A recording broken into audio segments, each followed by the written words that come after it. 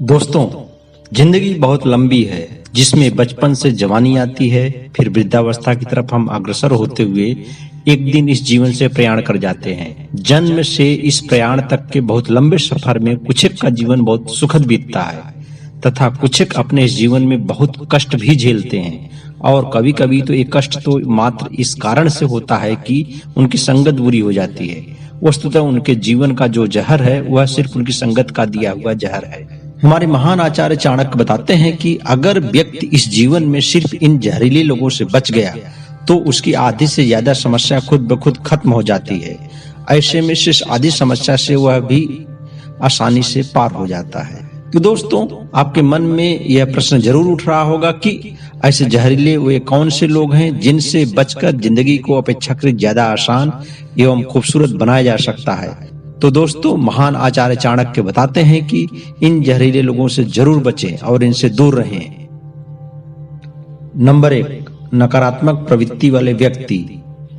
दोस्तों, हमारे आसपास बहुत से ऐसे लोग होते हैं जो हर समय नकारात्मकता से भरे रहते हैं।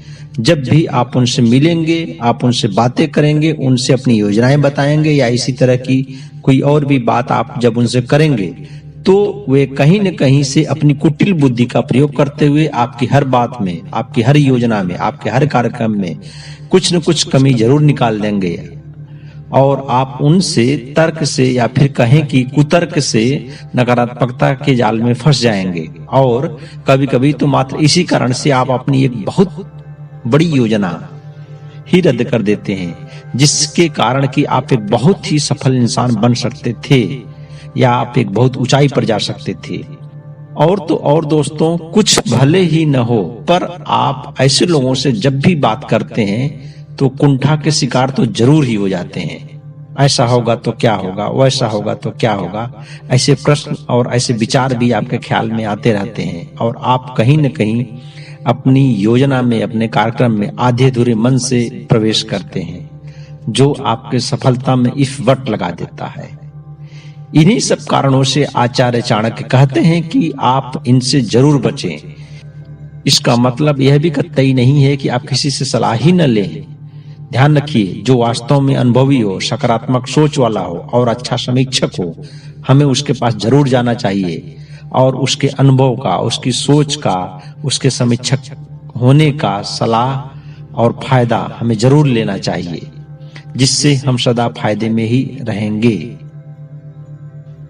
नंबर 2, शराबी व्यक्ति या इसी तरह से कोई भी नशे का आदी व्यक्ति।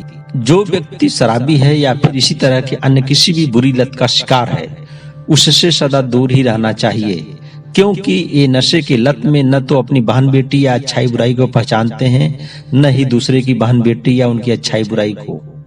कहने का तात्पर्य यह है कि जब भी ऐसे लोगों की संगत में आप पड़ेंगे, आप अपनी मान हानि, धन हानि, शरीर हानि, समाज हानि जैसे तमाम हानि कर लेंगे। जरा सोचिए दोस्तों, अगर द्वित क्रीड़ा न हुई होती तो क्या दुशासन का हिम्मत था कि द्रौपदी का चीर हरण कर लेता? तो दोस्तों, आज ही आप दृढ़ प्रतिज्ञ होइए कि न तो आप खुद किसी बुरी लत में पड़ेंगे और न ही ऐसे बुरी लत वाले लोगों के संगत में पड़ेंगे, जिससे कि आपका मान सम्मान सदा सर्वदा बना रहे। नंबर 3, मूर्ख व्यक्ति। ध्यान रखिए, मूर्ख चाहे पढ़ा लिखा हो या अनपढ़, दोनों ही बहुत ही नुकसानदायी होते हैं। अनपढ़ तो कम नुकसान करता है, लेकिन पढ़ा लिखा ज्यादा नुकसानदायी होता है। यहाँ दोस्तों, आपको बड़ा आश्चर्य सा लग रहा होगा कि क्या जो पढ़ा लिखा है वह भी मूर्ख हो सकता है? दोस्तों, यह बात 100% सही है। अगर अब तक इनसे आपका पाला नहीं पड़ा है, इनका अनुभव आपको नहीं है, तो भविष्य में इनसे आपका पाला भी जरूर पड़ेगा और इनका अनुभव भी आपको जरूर होगा। ऐसा मैं भरोसा दिलाता हूँ आपको। दोस्तों, ऐसे किसी भी मूर्ख से दूरी जरूरी है, क्योंकि ये न तो उचित अनुचित का ध्यान रखते हैं, न ही समय कुसमय का, न ही इनके लिए किसी संबंध या फिर रिश्ते नाते की अहमियत होती है। कब ये क्या बक देंगे खुद इनको भी नहीं पता होता है, तो आपको इनके विषय में क्या अंदाजा होगा। अतः अगर अपना मान सम्मान बचाना और बनाए रखना है तो ऐसे मूर्ख से कोसों दूर भागने में ही आपकी भलाई है। दोस्तों, एक राजा साहब थे। उन्होंने एक बंदर पाल रखा था जो कि अपेक्षाकृत बहुत ही ज्यादा वफादार था। वह राजा साहब के हर समय निगरानी कर रहा था। एक दिन राजा साहब दोपहर गर्मी में लेटे हुए थे, तो वह राजा साहब की गर्मी दूर करने के लिए उनको पंखा झल रहा था। तभी एक मक्खी आकर उनके शरीर पर बैठी। वह मक्खी को उड़ाने लगा। जहां जहां उनके शरीर पर बैठती, बंदर उसको उड़ाता रहता। अंत में मक्खी राजा साहब के ठीक नाक पर बैठ गई और बंदर सोचने लगा, अब इस बार इसको मार ही डालेंगे, क्योंकि यह मेरे राजा साहब को बहुत परेशान कर रही है, उनके नींद में दखल डाल रही है। यह सोचकर बंदर ने राजा साहब के नाक पर जोर से अपना मुट्ठी कसकर मारा। मक्खी तो मर गई, लेकिन राजा साहब का नाक भी टूट गया। तो दोस्तों, ऐसे वफादार लेकिन मूर्ख सेवक रखने से क्या फायदा, या ऐसे लोगों से संबंध रखने से क्या फायदा जिससे आपकी नाक ही चौपट हो जाए, आपकी नाक ही टूट जाए, जिससे आपका सम्मान ही खत्म हो जाए।